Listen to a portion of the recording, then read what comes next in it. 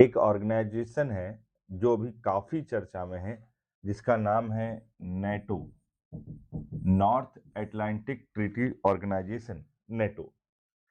दरअसल जब second world war खत्म हुआ और अमेरिका ने जब जापान पर परमाणु बम गिरा करके दुनिया में एक नए युद्ध की शुरुआत कर दी और दुनिया दो खेमों में बंटती चली गई। दो खेमे कौन से थे? एक अमेरिका के नेतृत्व में पूंजीवादी देशों का और एक गुट बना यूएसएसआर के नेतृत्व में साम्यवादी देशों का। अब इन दोनों का नेतृत्व दो बड़े देश कर रहे थे, दो बड़े मुल्क, एक अमेरिका और एक यूएसएसआर यानी कि रसिया, सोवियत संघ।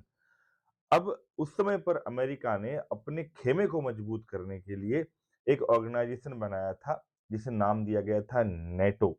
बच्चा 4 अप्रैल 1949 को ये नेटो का गठन हुआ। 4 अप्रैल 1949 कोल्ड वॉर के दौरान। ठीक। इस नेटो में 32 देश सदस्य हैं। कितने हैं? 32। और ये दुनिया का सबसे बड़ा एक सैन्य संगठन है। इसकी खास बात यह है कि इस संगठन में इसके संविधान के एक आर्टिकल ये कहता है कि यदि इन 32 देशों में से किसी एक देश पर भी किसी ने हमला किया तो पूरे 32 देशों पर यह हमला माना जाएगा। यानी ये सामूहिक सुरक्षा का प्रावधान करता है। और इसका गठन उस समय पर यूएसएसआर के बढ़ते सैन्य प्रभाव को कम करने के लिए किया गया था। और इसी संगठन की वजह से यूरोप जो है उस समय पर यूएसएसआर से बचा रहा। इसमें अधिकांश देश यूरोप के हैं।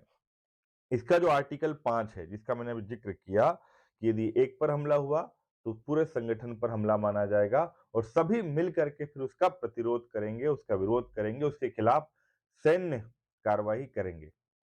जब अमेरिका में हमला हुआ था ना, आतंकवादी हमला, तब इसी नेटो ने अफगानिस्तान पर हमला किया था।